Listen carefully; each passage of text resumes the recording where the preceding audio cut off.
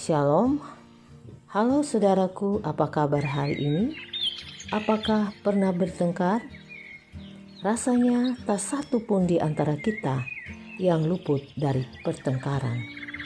Ketika suami istri suka bertengkar misalnya, mengingatkan kita bahwa suami dan istri punya cara berpikir, kebiasaan, dan juga gaya komunikasi tertentu yang berbeda dengan pasangannya.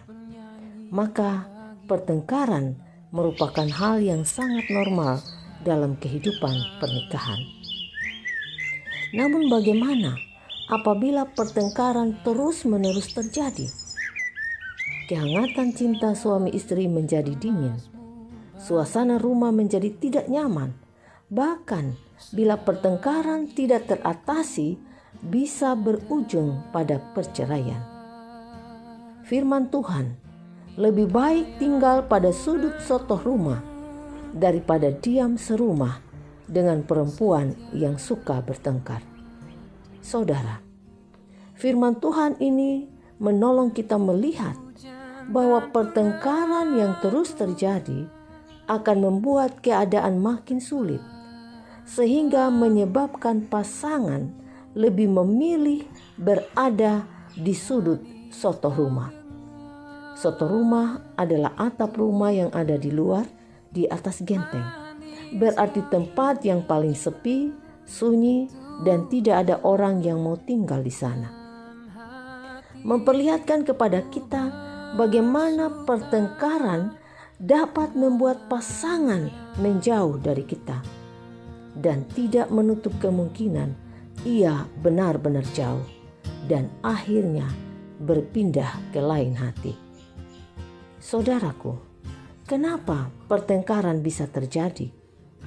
Salah satu penyebabnya adalah kurangnya kesediaan untuk mendengarkan pasangan.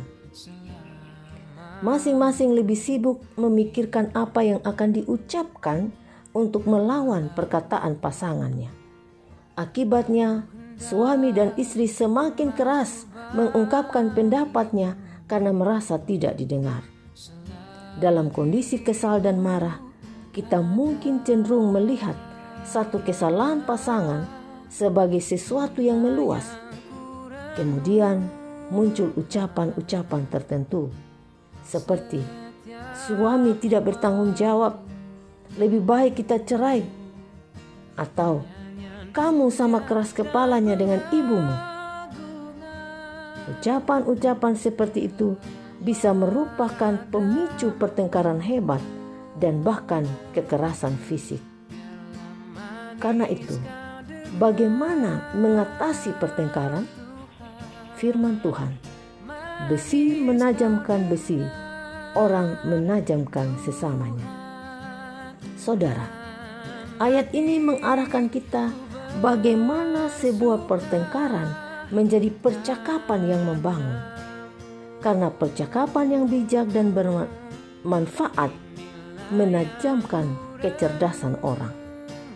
Bukan untuk membuang-buang waktu atau saling mengejek, melainkan untuk saling mendorong dalam kasih dan dalam pekerjaan baik, sehingga membuat satu sama lain lebih bijak dan lebih baik.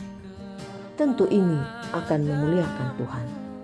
Jika pertengkaran diatasi dengan baik, terbukanya ruang untuk saling memahami dan saling mengenal. Saudara, karena itu, jika pertengkaran terjadi, yang perlu diperhatikan antara lain, pertama, berdoa, mengangkat hati sejenak, meminta Tuhan memampukan kita mengendalikan diri untuk tenang sejenak, mendinginkan hati dan kepala sehingga dapat bertindak dengan cermat. Tetap menguasai diri dan jangan sampai kita dikuasai oleh emosi kita. Kedua, hindari kata-kata kasar, tetapi gunakanlah kata-kata yang lembut dalam menyelesaikan masalah. Perkataan lemah lembut lebih mudah untuk didengar. Ketiga, menunda kemarahan dengan berdiam diri. Dengan berlalunya waktu, perasaan kita jadi tenang. Keempat, Pikirkanlah hal-hal yang baik dari pasangan. Dalam diri seseorang ada hal-hal yang baik yang pernah dilakukannya. Kelima, penerimaan melahirkan pengampunan. Terimalah pasangan apa adanya, mulai lihat, temukan, dan akui sisi positifnya. Berhenti menuntut dia merubah ini dan itu. Lengkapi saja kelemahannya dan lakukan saja apa yang menjadi kekuatan atau kelebihan saudara dengan senang hati. Dengan begitu akan menolong kita memberikan pengampunan dan pulihnya hubungan ke arah yang lebih baik. Kelima, kembangkan sikap pujian dan perhatian. Karena pujian berarti perhatian, bukti diperhatikan dan dicintai. Jangan sampai justru orang lain yang memperhatikan dan memuji pasangan kita. Karena cinta tumbuh dari perhatian, pujian, dan penerimaan.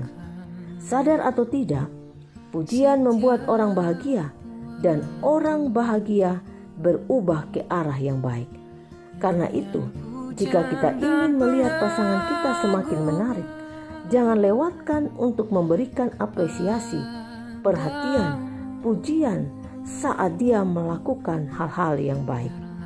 Kesalahan pasangan yang tidak bahagia karena terlalu tajam melihat kesalahan kecil pasangannya dan mengabaikan atas sebuah kebaikan yang dilakukannya atau menganggap itu wajar. Menegur kesalahannya dan menuntut perubahan tanpa memberikan apresiasi untuk hal baik yang telah ia lakukan. Karena itu saudaraku, temukan setiap hari menjadi hari yang penuh cinta. Hidup ini akan terasa indah meski kadang bertengkar, tapi mesra lagi karena sanggup mengatasi pertengkaran. Tuhan memberkati kita. Amin.